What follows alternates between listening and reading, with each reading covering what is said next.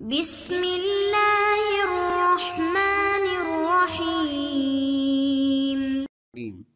صلی اللہ علی رسولہ الکریم۔ السلام علیکم ورحمۃ اللہ وبرکاتہ۔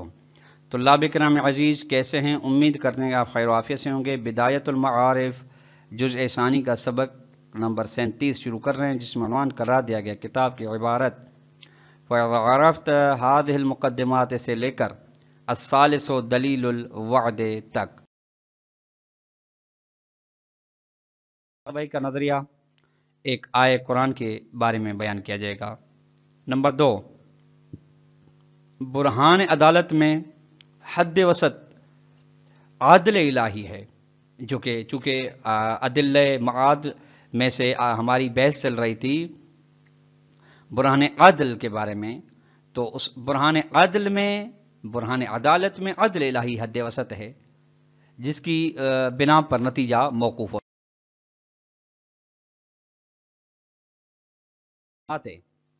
جب دلیل عدالت کے مقدمہ کو آپ نے جان لیا تو ظہر لک ان عدالتہ تعالی تقتضی المعاد، تو آپ کے لیے واضح ہو جاتی ہے بات کہ خداوند متعال کی عدالت تقاضا کرتی ہے کہ معاد ہونی چاہیے، یعنی لازم عدالت الہی ہے معاد۔ وہو امر ارشد الیہ القرآن الکریم فی ضمن آیات عدیدۃ، اور یہ معاد وہ چیز ہے کہ جس کی جانب رہنمائی فرمائی ہے قرآن کریم نے متعدد آیات کے ضمن میں۔ منہا قولہ تعالی، ان متعدد آیات میں سے ایک یہ ارشاد گرامی ہے وَلَا تَحْسَبَنَّ اللَّهَ غَافِلًا عَمَّا يَعْمَلُ الظَّالِمُونَ، تم ہرگز یہ خیال نہ کرو خدا کے بارے میں کہ خدا غافل ہے ان لوگوں سے جو کہ ظالم ہیں۔ انما یؤخرہم لیوم تشخص فیہ الابصار، خداوند متعال ظالموں کے بارے میں تاخیر کر رہا ہے قیامت کے دن کے لیے، جس دن میں آنکھیں کھیرا ہوں گی۔ سورہ ابراہیم کی آیت نمبر 42 ہے۔ قال العلامہ طباطبائی فی ذیل قولہ تعالی، علامہ طباطبائی فرماتے ہیں اس خداوند متعال کے آیت کے ذیل میں کہ آیت یہ ہے ام نجعل الذین آمنوا وعملوا الصالحات کالمفسدین فی الارض ام نجعل المتقین کالفجار، کہ ہم قرار دیں گے ایمان والوں کو اور نیک عمل انجام دینے والوں کو ان لوگوں کی طرح جو زمین میں فساد پھیلا رہے ہیں، یا ہم متقین کو قرار دیں گے فاجر و فاسق و گناہگاروں کی طرح۔ سورہ صاد کی آیت نمبر 28 ہے۔ اس آیت کے ذیل میں علامہ طباطبائی علی المعاد، یہ آیت ایک دوسری دلیل ہے معاد کے اوپر، یعنی تحقق معاد، حتمیت معاد کے بارے میں۔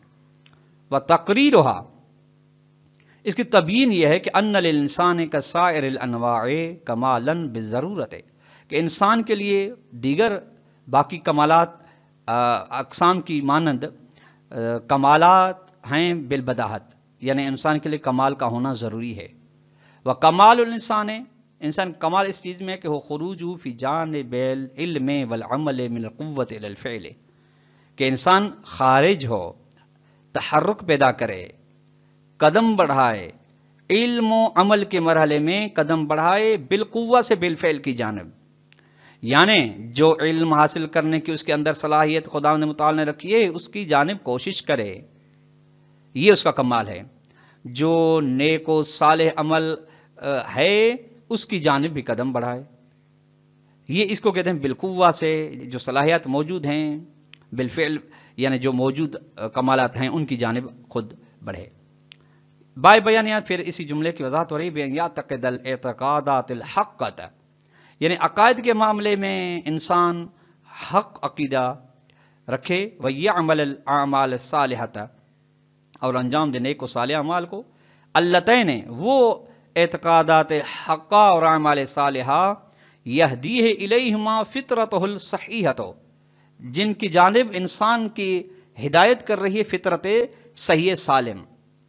طلاب کرام عزیز غور فرمائیے گا کہ انسان کی ہدایت کے لیے امام موسیٰ کاظم علیہ السلام کی حدیث کے تناظر میں دو ہدایتیں ہیں، ایک فطرت انسان کی جسے عقول بھی تعبیر کیا گیا ہے، دوسرا انبیاء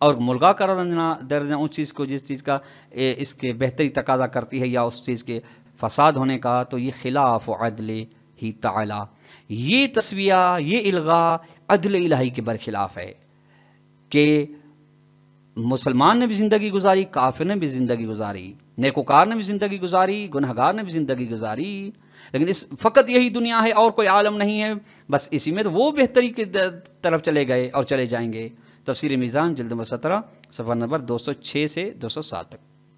ومن آیات المذکورۃ قولہ تعالی، ان آیات میں سے جو ذکر کے ان میں سے ایک یہ ارشاد گرامی ہے، ام حسب الذین اشتروا السیئات ان نجعلہم کالذین آمنوا، کیا وہ لوگ گمان کرتے ہیں جو گناہ انجام دیتے ہیں، سیئات انجام دیتے ہیں، کہ ہم نے انہیں ایمان والوں کی طرح قرار دیتے ہیں؟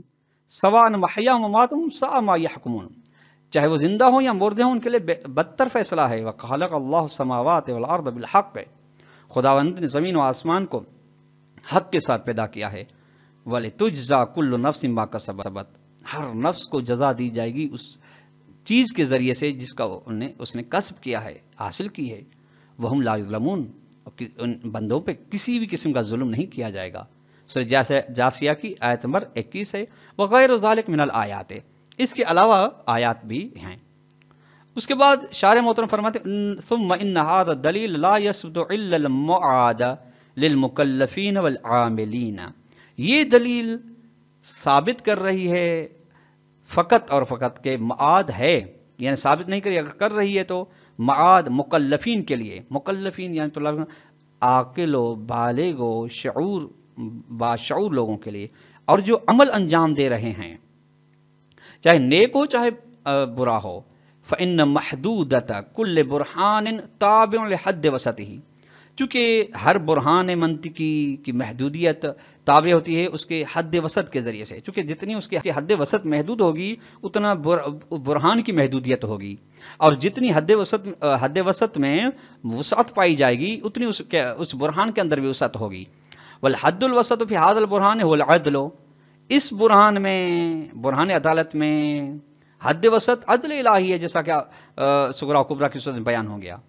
وہ لا یکون، اور عدل نہیں ہو سکتا الا ہو سکتا ہے فی موارد استحقاق الجزاء بالطاعت او المخالفت، ان مقامات میں جہاں پہ جزا کا استحقاق ہو اطاعت کے ذریعے سے یا نافرمانی کے ذریعے سے۔ وہما، یہ اطاعت و مخالفت الہی من افعال المکلفین، مکلفین کے افعال میں سے ہیں، کہ انسان اگر اپنے سوء ارادے و اختیار کی وجہ سے برے کام انجام دے رہا ہے تو اس کو نتیجہ برا ملے گا، اور اگر انسان اپنے حسن ارادے و اختیار کی وجہ سے اچھے کام انجام دے رہا ہے تو اس کی جزا بھی اچھی ہوگی۔ بس فتسویۃ المطیع مع المسیء تنافل عدالت، اطاعت گزار بندہ برابر ہو جائے گنہگار بندے کے ساتھ، یہ عدل الہی کے برخلاف ہے۔ عدل الہی یہ ہے کہ جو جس چیز کے لائق ہے وہ چیز اسی کو دینا۔ گنہگار جرم کا ارتکاب کر چکا ہے تو اس کو وہ سزا کے لائق ہے، نیکوکار افعال حسنہ انجام دے چکا ہے تو وہ ثواب کے لائق ہے۔ یہ اگر دونوں میں برابری کر دی جائے کہ یہ عدل الہی کے برخلاف ہے، عدالت نہیں ہے۔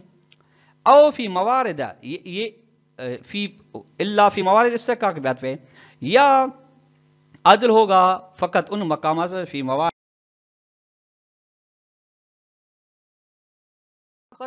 فقط ان مقامات میں جہاں پہ بعض بندوں پر ظلم کر رہے ہیں، قتل کر رہے ہیں، ایک دوسرے کا حق چھین رہے ہیں۔